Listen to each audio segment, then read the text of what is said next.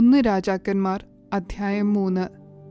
അനന്തരം ശലോമോൻ മിസ്രയീം രാജാവായ ഫറവോനോട് സംബന്ധം കൂടി ഫറവോന്റെ മകളെ വിവാഹം ചെയ്തു. തന്റെ അരമനയും യഹോവയുടെ ആലയവും യെരൂശലേമിനു ചുറ്റും മതിലും പണിത് തീരുവോളം അവളെ ദാവീദിന്റെ നഗരത്തിൽ കൊണ്ടുവന്നു പാർപ്പിച്ചു. എന്നാൽ ആ കാലം വരെ യഹോവയുടെ നാമത്തിന് ഒരു ആലയം പണിയാതെ ഇരുന്നതുകൊണ്ട് ജനം പൂജാഗിരികളിൽ വെച്ച് യാഗം കഴിച്ചു പോന്നു. ശലോമോൻ യഹോവയെ സ്നേഹിച്ചു. തന്റെ അപ്പനായ ദാവീദിന്റെ ചട്ടങ്ങളെ അനുസരിച്ച് നടന്നുവെങ്കിലും അവൻ പൂജാഗിരികളിൽ വെച്ച് യാഗം കഴിക്കുകയും ധൂപം കാട്ടുകയും ചെയ്തു.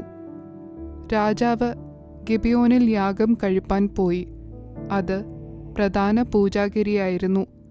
അവിടുത്തെ യാഗപീഠത്തിന്മേൽ ശലോമോൻ 1000 ഹോമയാഗം അർപ്പിച്ചു.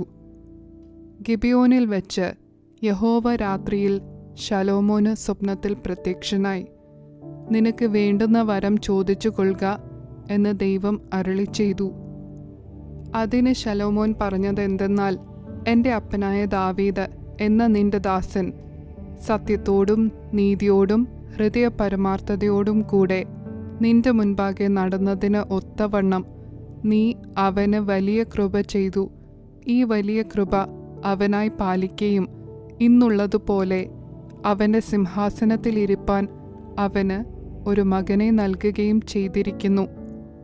എൻ്റെ ദൈവമായ യഹോവേ, നീ അടിയനെ ഇപ്പോൾ എൻ്റെ അപ്പനായ ദാവീദിന് പകരം രാജാവാക്കിയിരിക്കുന്നു.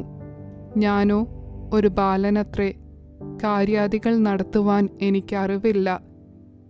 നീ തിരഞ്ഞെടുത്തതും പെരുപ്പം നിമിത്തം എണ്ണവും കണക്കും ഇല്ലാത്തതുമായി വലിയൊരു മഹാജാതിയായ നിന്റെ ജനത്തിൻ്റെ മധ്യേ അടിയനിരിക്കുന്നു.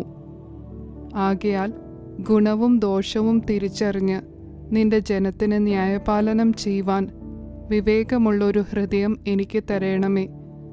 അതുകൂടാതെ നിന്റെ ഈ വലിയ ജനത്തിന് ന്യായപാലനം ചെയ്യുവാൻ ആർക്ക് കഴിയും? ശലോമോൻ ഈ കാര്യം ചോദിച്ചത് കർത്താവിന് പ്രസാദമായി.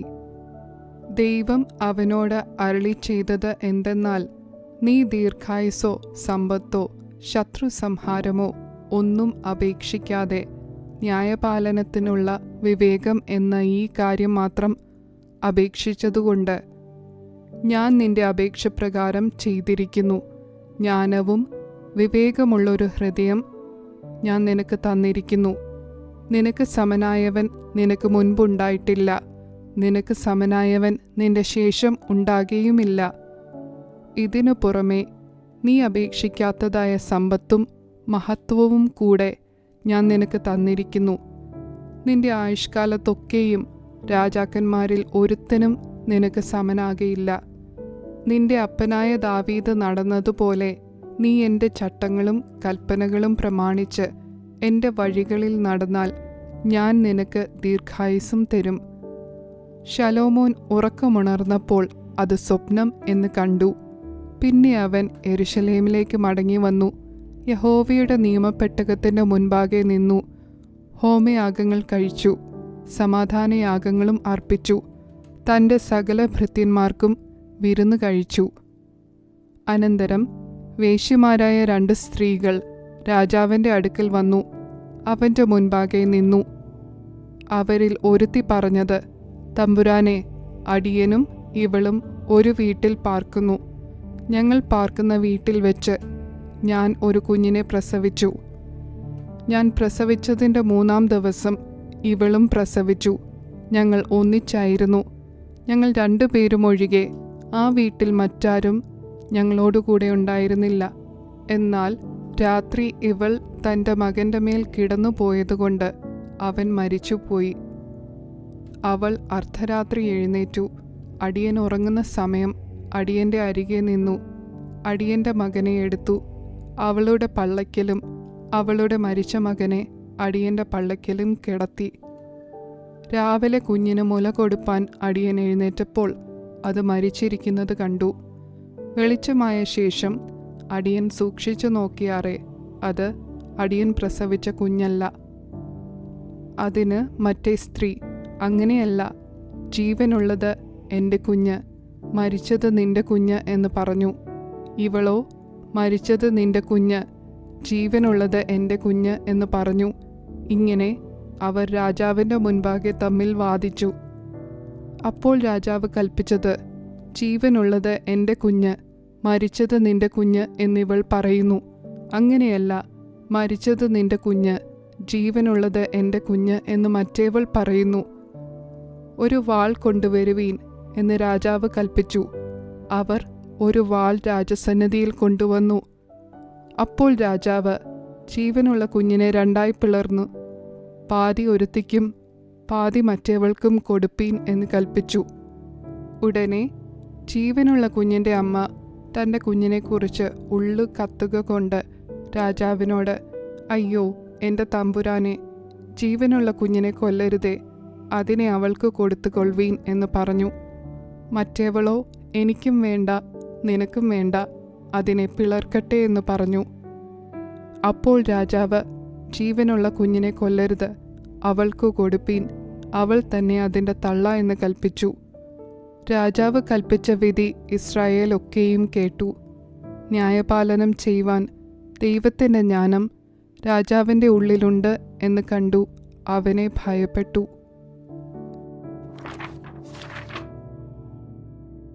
1 ശമൂവേൽ അധ്യായം 4. അങ്ങനെ ശലോമോൻ രാജാവ് എല്ലാ ഇസ്രായേലിനും രാജാവായി. അവനുണ്ടായിരുന്ന പ്രഭുക്കന്മാർ ആരെന്നാൽ, സാദോക്കിൻ്റെ മകൻ അസര്യാവ് പുരോഹിതൻ, ശീശയുടെ പുത്രന്മാരായ എലീഹോരേഫും അഹിയാവും രായസക്കാർ, അഹീലൂദിൻ്റെ മകൻ യഹോശാഫാത്ത് മന്ത്രി, യഹോയാദയുടെ മകൻ ബെനായാവ് സേനാധിപതി, സാദോക്കും അബ്യാഥാരും പുരോഹിതന്മാർ, നാഥാന്റെ മകനായ അസര്യാവ് കാര്യക്കാരന്മാരുടെ മേധാവി, നാഥാന്റെ മകനായ സാബൂദ് പുരോഹിതനും രാജാവിൻ്റെ സ്നേഹിതനുമായിരുന്നു, അഹീഷാർ രാജഗ്രഹവിചാരകൻ, അബ്ദിയുടെ മകൻ അധോനീരാം ഊഴിയവേലക്കാരുടെ മേധാവി, രാജാവിനും രാജഗ്രഹത്തിനും ഭോജന പദാർത്ഥങ്ങൾ എത്തിച്ചു കൊടുപ്പാൻ ശലോമോന് ഇസ്രായേലിലൊക്കെയും 12 കാര്യക്കാരന്മാർ ഉണ്ടായിരുന്നു. അവരിൽ ഓരോരുത്തൻ ആണ്ടിൽ ഓരോ മാസത്തേക്ക് ഭോജന പദാർത്ഥങ്ങൾ എത്തിച്ചു കൊടുക്കും. അവരുടെ പേരാവിത്: എഫ്രൈം മലനാട്ടിൽ ബെൻഹൂർ, മാക്കസ്, ഷാൽബീം, ബേത് ഷെമേഷ്, ഏലോൻ ബേത് ഹാനാൻ എന്നീ സ്ഥലങ്ങളിൽ, ബെൻ ദേക്കെർ, അരുബോത്തിൽ, ബെൻ ഹേസർ, സോഖോവും ഹേഫർ ദേശം മുഴുവനും അവൻ്റെ ഇടവകയായിരുന്നു. നാഫത്ത് ദോറിൽ ബെൻ അബീനാദാബ്, അവന് ശലോമോന്റെ മകളായ താഫത്ത് ഭാര്യയായിരുന്നു. അഹീലൂദിൻ്റെ മകനായ ബാനയുടെ ഇടവക താനാക്കും മെഗീത്തോവും, സാരെഥാനരികെ ഇസ്രായേലിന് താഴെ ബേത്ഷെയാൻ മുതൽ ആബേൽ മെഹോല വരെയും യോക് മെയാമിൻ്റെ അപ്പുറം വരെയുമുള്ള ബേത്ഷെയാൻ മുഴുവനും ആയിരുന്നു. ഗിലെയാദിലെ രാമോത്തിൽ ബെൻ ഗേബർ, അവൻ്റെ ഇടവക മനശ്ശെയുടെ മകനായ യായീരിന് ഗിലെയാദിലുള്ള പട്ടണങ്ങളും മതിലുകളും ചെമ്പോടാമ്പലുകളുമുള്ള 60 വലിയ പട്ടണങ്ങൾ ഉൾപ്പെട്ട ബാശാനിലെ അർഗോബ് ദേശവും ആയിരുന്നു. മഹനയീമിൽ ഇദ്ദോവിൻ്റെ മകൻ അഹീനാദാബ്, നഫ്താലിയിൽ അഹീമാസ്, അവൻ ശലോമോന്റെ മകളായ ബാശമത്തിനെ ഭാര്യയായി പരിഗ്രഹിച്ചു. ആശേരിലും ബയാലോത്തിലും ഹൂഷയിയുടെ മകൻ ബാന, ഇസാഖാറിൽ പാരൂഹിൻ്റെ മകനായ യഹോശാഫാത്ത്, ബെന്യാമീനിൽ ഏലിയുടെ മകനായ ഷിമയി, അമോര്യ രാജാവായ സീഹോന്റെയും ബാശാൻ രാജാവായ ഓഗിൻ്റെയും രാജ്യമായിരുന്ന ഗിലെയാദ് ദേശത്ത് ഹൂരിൻ്റെ മകൻ ഗേബർ. ആ ദേശത്ത് ഒരു കാര്യക്കാരൻ മാത്രമേ ഉണ്ടായിരുന്നുള്ളൂ. യഹൂദയും ഇസ്രായേലും കടൽക്കരയിലെ മണൽ പോലെ അസംഖ്യമായിരുന്നു. അവർ തിന്നുകയും കുടിക്കുകയും സന്തോഷിക്കുകയും ചെയ്തു പോന്നു. നദി മുതൽ ഫെലിസ്ത്യദേശം വരെയും മിസ്രൈമിൻ്റെ അതിർദേശം വരെയും ഉള്ള സകല രാജ്യങ്ങളെയും ശലോമോൻ വാണു. അവർ കപ്പും കൊണ്ടുവന്നു ശലോമോനെ അവൻ്റെ ജീവപര്യന്തം സേവിച്ചു. ശലോമോന്റെ നിത്യച്ചെലവ് ദിവസം 1 30 പറ നേരിയ മാവും 60 പറ സാധാരണ മാവും, മാൻ, ഇളമാൻ, മ്ലാവ്, പുഷ്ടി വരുത്തിയ പക്ഷികൾ എന്നിവ കൂടാതെ തടിപ്പിച്ച 10 കാളയും മേച്ചിൽപ്പുറത്തെ 20 കാളയും 100 ആടും ആയിരുന്നു. നദിക്ക് ഇക്കരെ തിപ്സഹ മുതൽ ഗസ വരെയുള്ള സകല ദേശത്തെയും നദിക്ക് ഇക്കരെയുള്ള സകല രാജാക്കന്മാരെയും അവൻ വാണു. ചുറ്റുമുള്ള ദിക്കിലൊക്കെയും അവന് സമാധാനമുണ്ടായിരുന്നു. ശലോമോന്റെ കാലത്തൊക്കെയും യഹൂദയും ഇസ്രായേലും താൻ മുതൽ ബേർഷേബ വരെയും ഓരോരുത്തൻ താൻ്റെ മുന്തിരിവള്ളിയുടെ കീഴിലും അത്തിവൃക്ഷത്തിൻ കീഴിലും നിർഭയം വസിച്ചു. ശലോമോന് തൻ്റെ രഥങ്ങൾക്ക് 40,000 കുതിരലായവും 12,000 കുതിരച്ചേവകരും ഉണ്ടായിരുന്നു. കാര്യക്കാരന്മാർ ഓരോരുത്തൻ ഓരോ മാസത്തേക്ക് ശലോമോൻ രാജാവിൻ്റെ പന്തിഭോജനത്തിന് കൂടുന്ന എല്ലാവർക്കും വേണ്ടുന്ന ഭോജന പദാർത്ഥങ്ങൾ കുറവ് കൂടാതെ എത്തിച്ചു കൊടുക്കും.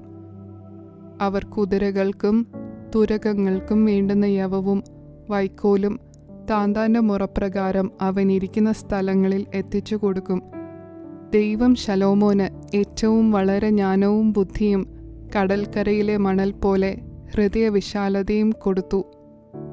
സകല പൂർവ്വ ദിഗ്വാസികളുടെയും ജ്ഞാനത്തെക്കാളും മിസ്രൈമ്യരുടെ സകല ജ്ഞാനത്തെക്കാളും ശലോമോന്റെ ജ്ഞാനം ശ്രേഷ്ഠമായിരുന്നു. സകല മനുഷ്യരെക്കാളും എസ്രാഹ്യനായ ഏഥാൻ, മാഹോലിൻ്റെ പുത്രന്മാരായ ഹേമാൻ, കൽക്കോൽ, ദർദ എന്നിവരെക്കാളും അവൻ ജ്ഞാനിയായിരുന്നു. അവൻ്റെ കീർത്തി ചുറ്റുമുള്ള സകല ജാതികളിലും പരന്നു. അവൻ 3000 സദൃശവാക്യം പറഞ്ഞു. അവൻ്റെ ഗീതങ്ങൾ 1005 ആയിരുന്നു. ലബാനോനിലെ ദേവദാരു മുതൽ ചുവരിന്മേൽ മുളയ്ക്കുന്ന ഈസോപ്പ് വരെയുള്ള വൃക്ഷാദികളെക്കുറിച്ചും മൃഗം, പക്ഷി, ഇഴജാതി, മത്സ്യം എന്നിവയെക്കുറിച്ചും അവൻ പ്രസ്താവിച്ചു. ശലോമോന്റെ ജ്ഞാനത്തെപ്പറ്റി കേട്ട സകല ഭൂപാലകന്മാരുടെയും അടുക്കൽ നിന്ന് നാനാജാതിക്കാരായ പലരും അവൻ്റെ ജ്ഞാനം കേൾപ്പാൻ വന്നു.